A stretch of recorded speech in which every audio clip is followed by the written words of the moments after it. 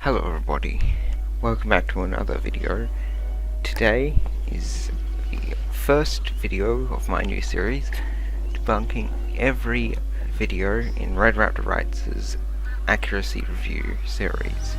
Now, if you don't know who Red Raptor Writes is, he was a commentary YouTuber who did a reasonably popular series reviewing and ranking the accuracy of a bunch of dinosaur documentaries as well as a couple of dinosaur movies for some reason.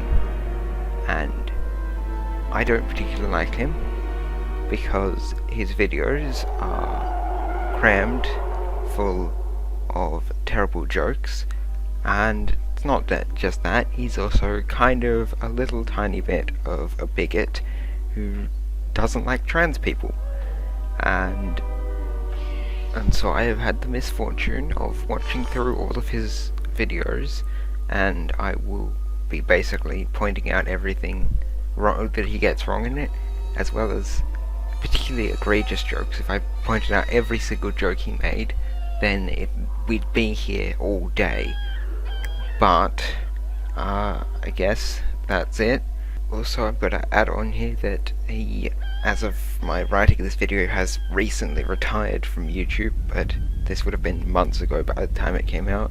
And I will also be using clips from him and putting a link to his channel in the description so you can know that I'm not misrepresenting him, even if I will definitely be nitpicking a little bit. Anyway, let's get into it.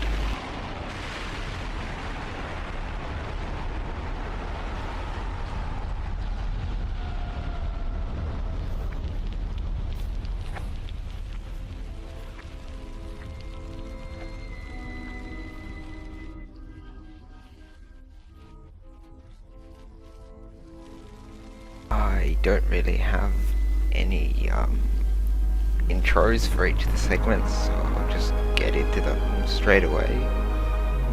In his video about Jurassic Fight Club, he doesn't talk about the different, the two episodes that don't feature dinosaurs for some reason. For some reason, he feels the need to make a self-harm joke. It's as if theropods regularly commit self-harm and mutilation. He lets his right-wing bias slip in when he makes a joke about CNN being fake news. Dang, I thought CNN was bad. The History Channel may hold the title for the champion of fake news. Which is just dumb, as well as unfunny, and just factually incorrect.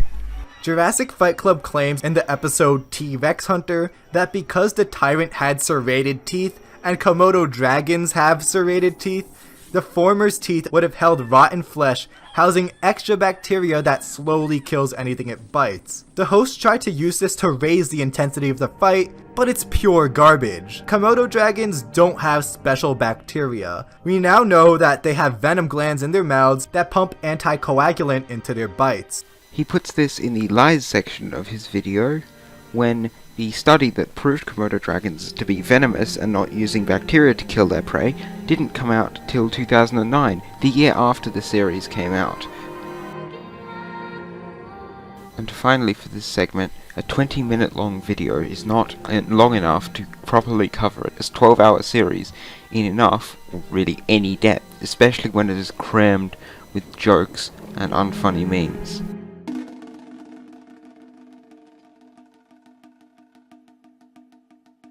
Walking with dinosaurs. Let's get into it. It's impressive how the filmmakers found so many grassless locations to shoot in, since it didn't appear until after the Mesozoic. If Red Raptor Writes had done this little thing that we like to call research here, he would know that more recent discoveries have discovered that grass actually dates back to the early Cretaceous, approximately 113 million years ago. Research could also prevent his incorrectly claiming that the environments of the Chinle and Morrison formations were accurate to what they should look like. Late Triassic Arizona looks as it should, with the world more arid than it is today, especially within the interior of Pangaea. But there were wet and dry seasons, much like in the show. The Morrison Formation was a land of floodplains with forests of cycads, conifers, and ferns that were fed on by the many large herbivores. In reality, the Chinle was much more lush and wet, and the Morrison was much drier. For some reason he claims that the Edmontosaurus design is almost perfectly accurate. Edmontosaurus, called an Adatitan, were pretty spot on. This is true if you ignore the many inaccuracies in the design, including but not limited to the fact it has a duck bill with no beak, it has no hooves, and its body is weirdly oriented. Overall, the series didn't push too many wild theories and proved to be very conservative to the point where it would make even Rand Paul proud. I don't know why he felt it necessary to make this joke, especially since it actually doesn't make any sense, given that much of the speculation in Walking with Dinosaurs is actually not that conservative. And even if it was reasonably conservative, it would not be as conservative as Rand Paul, an arch-conservative libertarian, is. He states, Ornitholestes was prominently featured when it appears in all of 2 scenes, taking up only a couple of minutes of the 3 hours of total runtime. Plateosaurus, which has only been found in Western Europe, decided to drop on by to Arizona for a heat stroke. He claims there is no excuse for this, but in reality, at the time of production, Plateosaurus was a wastebasket taxon, and there were some remains potentially belonging to the genus known from North America. Let's take Utah Raptor. Awesome dinosaur. Where do you think Utah Raptor is from? Apparently that was just too complicated for the writers because they took the Utah Raptor and gave it a vacation in Europe. With this, Red Raptor Writes is ignoring the fact that there was a completely reasonable justification for Utah Raptor appearing in the UK, with this being because at the time it was believed that both Iguanodon and Polacanthus were found in America and Europe, so it was thought to be feasible at the time that Utah Raptor could also be found on both continents, with this being compounded by the fact that they couldn't just use some other British dromaeosaur because there weren't any named at the time. In the final episode, Dromaeosaurus quantum leaped to the end of the Cretaceous instead of dying out earlier. He assumes these raptors, which are only called dromaeosaurs in the episode, are Dromaeosaurus, and that they aren't identified due to the fact that there were no named dromaeosaurs from Hell Creek at the time of production. The narrator flat out stated that pterosaurs had fur, but none of this is shown. Maybe if he actually watched the series, he would notice that several times pycnofibers are shown, especially on the physical models of the pterosaurs that appear. He puts this in the inaccuracies section. Leilinosaura lacked its comedically long tail. When A, that specimen wasn't discovered till 2009, 10 years after the episode's release, and B, it was later found that the specimen with the long tail could not be definitively assigned to Leilinosaura and is now thought to be an indeterminate ornithopod, possibly Leilinosaura. He also talks about the Neurognathus being outdated. A Neurognathus looked like a generic pterosaur instead of its bizarre self. But he mentions this in the inaccurate section rather than the outdated section, when the modern interpretation of it only being known about as of the late 2000s after the series was released. I will once again point out that in an accuracy review it should not be possible to rank its accuracy without taking into account every, or at least most, accuracies and inaccuracies, something impossible in a 16 minutes, especially where about a quarter of the runtime is wasted on dumb and pointless jokes. But if you want a much better accuracy review of Walking with Dinosaurs, then check out either Hodgepodge's series, and then there's another one he did earlier this year, or you could check out my breakdown series. Please do it, they don't get enough views.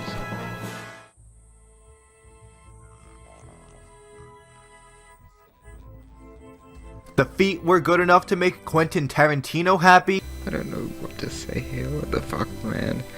But in the 90s and 2000s, there was this strange rumor going around that the female theropods would have been bigger than the males. It acts like this trope actually appears in the episode when it doesn't. There is a giant female that appears, but it's never stated that she is giant because she's a female. In fact, it is a massively over-exaggerated size for an Allosaurus, but he doesn't mention that at all. For starters, just the name Othnielia is invalid. It, along with Othnialosaurus and Drinker, have been synonymized with Nanosaurus. He states this as if the BBC intentionally included an outdated genus, but, in fact, the Othnielia was not synonymized with Nanosaurus for at least 18 years after the episode released. Once again, despite only covering one 30-minute episode, he still doesn't cover every inaccuracy and still packs it with dumb, pointless jokes and memes. If you want to see a much better coverage of this episode, then both me and Hodgepodge have covered it as well.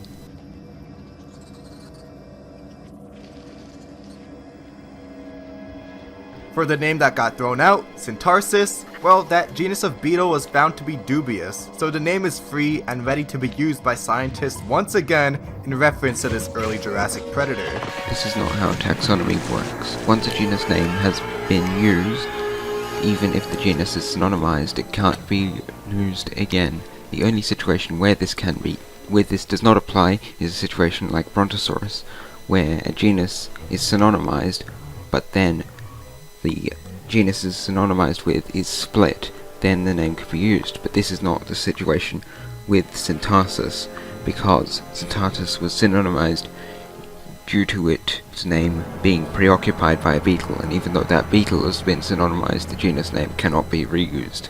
I don't particularly like these rules either, and they don't really make that much sense, but these are the rules. The Ankysaurus we see get eaten by Dilophosaurus is a neat addition. We don't get to see many prosauropods in media.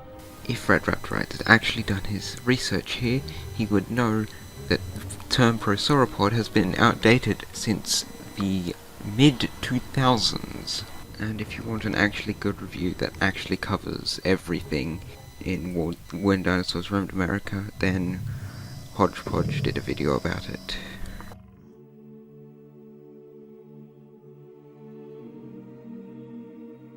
In the intro, he has a disclaimer about how the series features discussion of human evolution. It then doesn't mention any of the segments of the series relating to human evolution throughout the rest of the video. This is because he doesn't believe that humans evolved. He believes that all other animals evolved, but that humans, and only humans, were put on Earth separately and in their already fully formed and modern state by God. The Brontotheres, aka the Embellitherium. The show succeeded in showing off their strange crests as mainly for display, being too delicate for combat. Plus, even the adolescents have them, which is factual, since these ornaments were present on all skulls found, young and old. So Embellitherium probably wasn't very sexually dimorphic. He, of course, doesn't point out at all in this segment that Embellitherium almost definitely had a large, fleshy, soft tissue structure covering their crests. Tigers belong to a specific species of feline called Panthera tigris. If we're going to be specific and nitpick, which he does, so I will do in response, then I will point out that tigers are not a feline, they are a pantherine. They are a felid, but not a feline, which is members of felinee. They are pantherines, or members of Pantherinae, which are the big cats. The entire lion lifestyle is copied here. The saber-tooths live in prides, females do most of the hunting, and the males battle for control over the pride. Oh, and the cubs from the previous male will be killed off if a challenger wins. African lions are in the same genus as tigers, Panthera, so they're not close relatives of half-tooth. Therefore, they don't make good analogs for these cats. However, fossil evidence does seem to point to a pack or pride structure, although this idea is not without pushback. There is no evidence for pride structure in Smilodon, where there is evidence of social groups, but it is incredibly unlikely that they would have had a lion-like pride social structure. The little pony dudes Propaleotherium also find themselves lumped into Eurohippus. I have no idea why he claims this, because it isn't true. Some species of Propaleotherium were lumped into Eurohippus, but it's still a valid genus, and there is still a species known from the Mesopit where the episode that appears is set.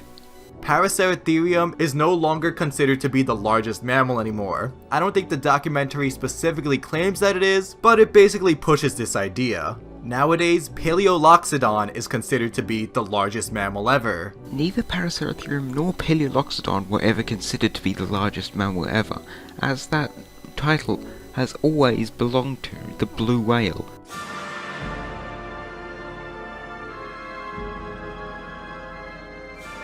Wow, 43 feet. Sounds like Dan Schneider's dream.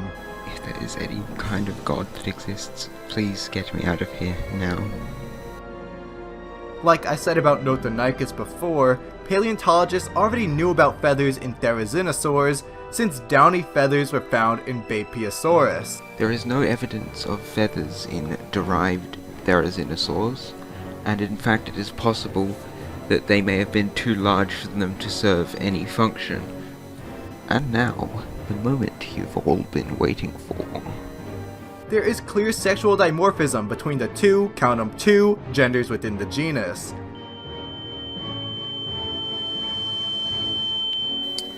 I'm surprised that Pteranodon was intelligent enough to have the socially constructed concept of gender within their species, and I'm baffled as to how we have some kind of fossil evidence of this. Jokes aside, this is obviously a ham-fisted, unfunny, transphobic joke shoved in there for no real reason. And not only that, but it's also stupid because it relies on this conflating of sex, which is the biological characteristics of an organism, and gender, the socially constructed internal identity of a person. Pteranodon didn't have gender because they weren't intelligent enough to have a social constructed concept such as that, and he's wrong in that there are neither two sexes nor two genders. It's common to see Giganotosaurus and Argentinosaurus living together like they do here, but in actuality, the Giga came before. It was their close relative Mapusaurus that lived alongside Argentinosaurus 95 million years ago. There is one slight, teeny tiny problem with this.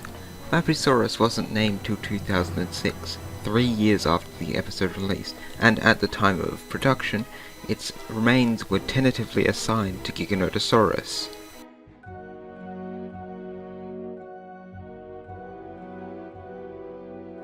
Not gonna lie, this isn't my favorite show. It can feel a little too narrow in scope, only focusing on predators and how cool it is to watch animals tear each other to shreds.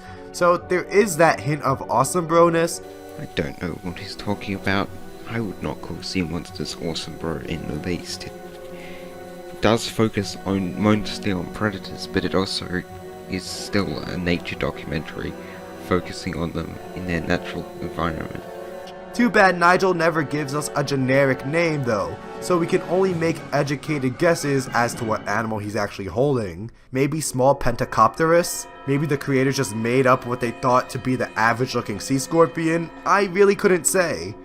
Based on the time period and anatomy of this creature, my best bet is we're looking at a Camarasaurus, a giant nautilid capable of growing over 30 feet long. If only Nigel could use its actual name, so I wouldn't have done 10 minutes of extra research. If he had done even the tiniest bit of research, he could have figured out that both of these are identified by a generic name in external media, with them being Megaloraptor and Camarasaurus respectively.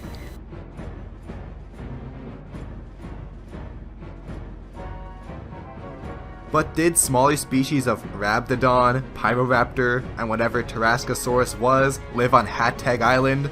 In the case of Raptodon, the answer is yes, kind of. There was in fact a very small Raptodont known from Hatzeg Island, Zalmoxes. But, in fact, recent discoveries have shown that Zalmoxes is actually closer to the size of ancestral Raptodonts, with Raptodon experiencing the reverse of island dwarfism, arriving on the mainland and becoming much bigger than its ancestors. In the Jaducta Formation, where Whitetip's journey takes place, there was a variety of Oviraptorids, two of which were Oviraptor itself and Citipati. The latter is what's shown in the episode, but it's referred to as its much smaller cousin. Citipati was among the largest in its family, while the actual Oviraptor was about the same size as Velociraptor. This is because Chitty Patty wasn't named until the series was in production, and as such, when it was written, they hedged their bets by using Oviraptor for the, as at the time, undescribed Oviraptorid, which is now known as Chitty Patty.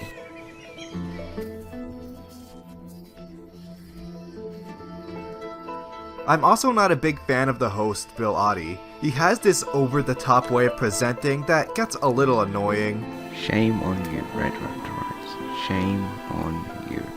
But Bill Oddie thought that liberal estimate sounded so cool he had to go with it. He sides with the Green Party, so it makes sense. Why? Why did you feel this was necessary to point out and a necessary joke to make?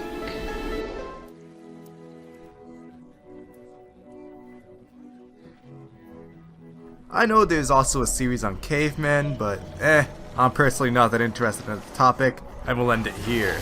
By I'm not personally interested in the topic, he means I don't believe in human evolution, which the series is about, and I don't want everyone to know that. He mutilates the name of the genus Cephalaspis, pronouncing it as Cephalepsis.